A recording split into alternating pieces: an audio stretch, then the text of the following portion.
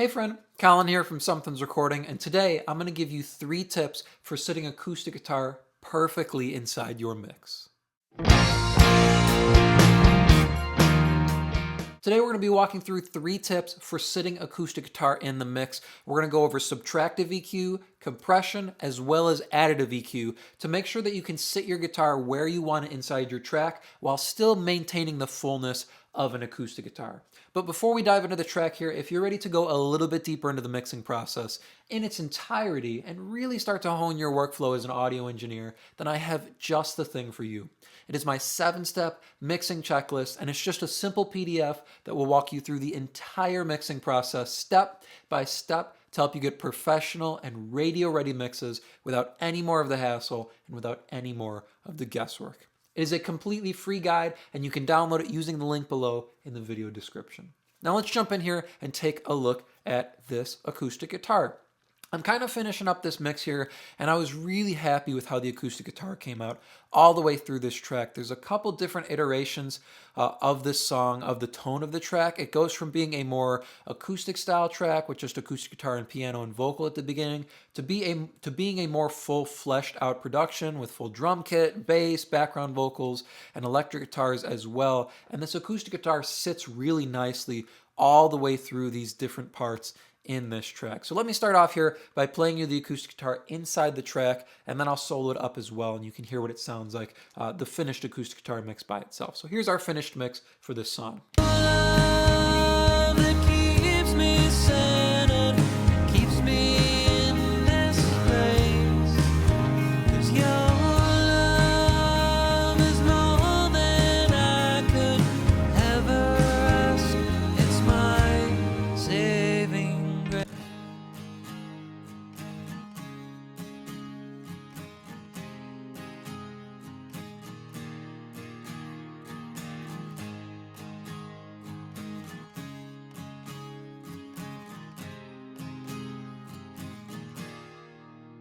So you can hear our acoustic guitar actually sounds good both ways here. It sounds good inside the full track with drums, bass, electric guitars, vocals, and everything going, but it also sounds really good in isolation by itself. And that is very deliberate because of the different ways this track builds. It needs to sound good more isolated, so at the beginning of the track, when it's more acoustic guitar, piano, vocals, our acoustic guitar sounds good in that environment, as well as at the end of the track, when everything else is going, it also sounds good there, and it's not taking up too much space, but it's not too thin at the beginning. So we're balancing between 2 different types of track here with our acoustic guitar, but making sure it sits inside the track regardless. 3 tips here for getting it to sit inside of our track. Tip number 1, you had to know this was coming, was using our high pass filter. So take a listen here. I'm rolling the high pass up to 224 hertz here on the acoustic guitar. It's going to sound a little bit thin when I kick the high pass filter in as opposed to the raw acoustic guitar, but bear in mind we're going to get some of this energy back down the road. So here's without the high pass filter, and then I'll kick it in.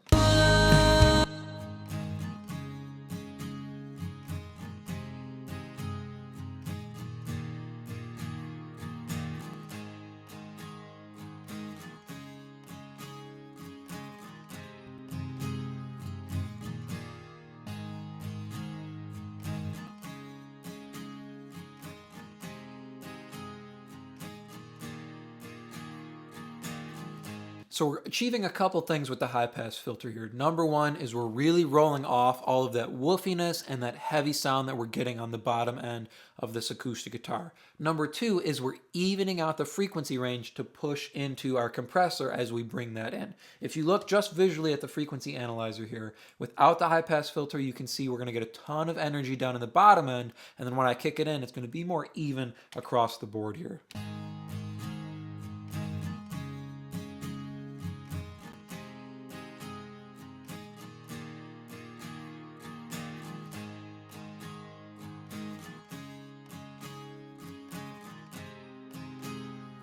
So it may sound a little thin at the moment, but this is where we want the acoustic guitar as we push into our compressor. We want it to see a more even acoustic guitar, not all the woofiness and heaviness from the bottom end there. So that's tip number one, using our high pass filter, getting rid of the energy that we don't need as we go into compression. Now, tip number two is pulling in our compression. We've evened out the frequency range with our high pass filter. Now we want to even out the volume of our acoustic guitar with our compressor. I love using this 1176 style compressor on acoustic guitar. This is the FET comp from PreSonus Studio One.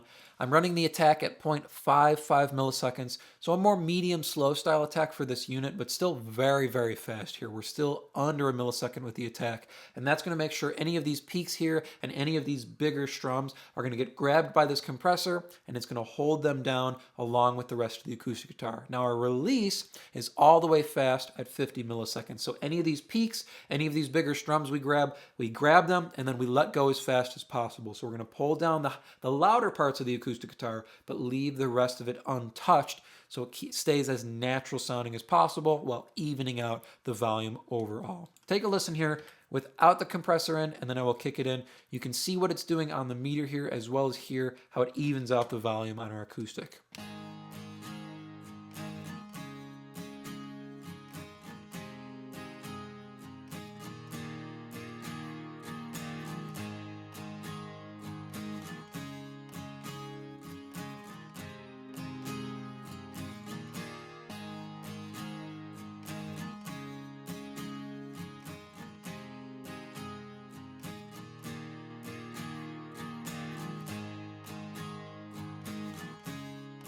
It's not doing a ton of work on our acoustic guitar here, but it gives us a couple things when we engage it. It evens out our volumes, grabs some of these bigger peaks on the acoustic guitar, and it also gives us some of that low-mid energy back on our acoustic. That's why with our first tip here, our first step, we're going a little bit too far with our high pass and making it a little thin sounding, because we're going to get this energy back as we kick our compressor in. So that's tip number 1 and 2. Tip number 3 is our additive EQ. Now we're going to shine the parts of the acoustic guitar that we want to cut through in the track. So that's our top end as well as our bottom end. I like to start pre-compression, boosting top end in. So the first thing I'm going to do is pull up that shimmer and that brightness on the top end, that shine we want to hear on the strings. I'm up at 8K here, adding about a dB and a half, almost 2 dB here on the top end at 8K. So take a listen without, and then I'll kick this in. You can hear that shimmer and that shine that we add to our acoustic sound.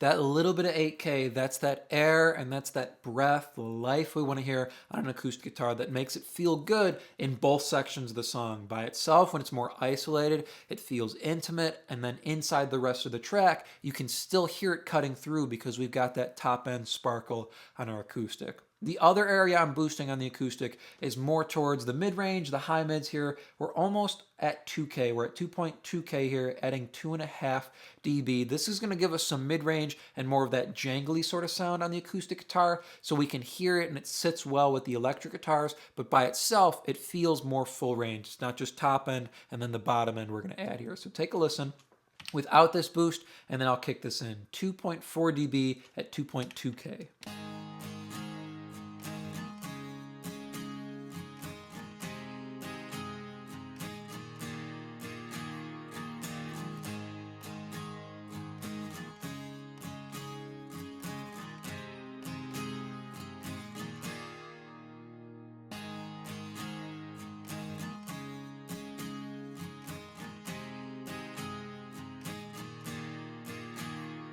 So we get more of that mid-range, and like I said, that jangly sort of sound that helps our acoustic guitar feel full range, and it doesn't feel so scooped sounding as we boost that top end. The last piece of the puzzle here with our additive EQ is bringing up that bottom end. Now, if it wasn't in an isolated section of the song, if we didn't hear it more by itself at the beginning of the song, I wouldn't go so far with this boost here.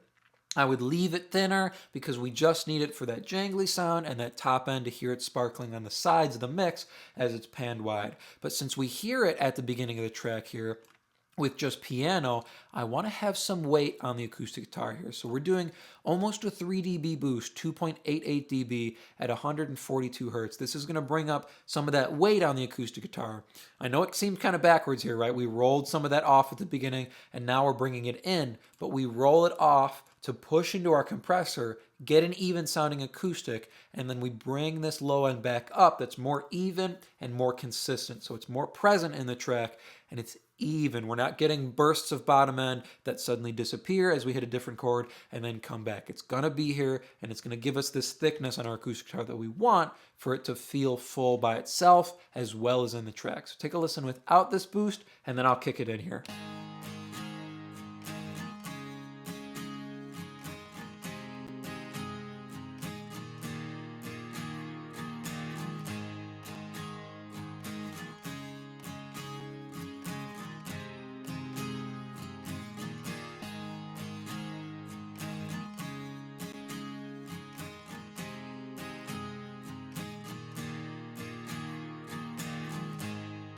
It's not a huge boost in the bottom end here. We're not adding a ton of that wolfiness and heaviness back, but it's just enough weight in here on the bottom end that it gives some power and some depth to the strums on our acoustic. So let's throw it back inside the track here, and I'll A/B all three of our plugins here on our acoustic.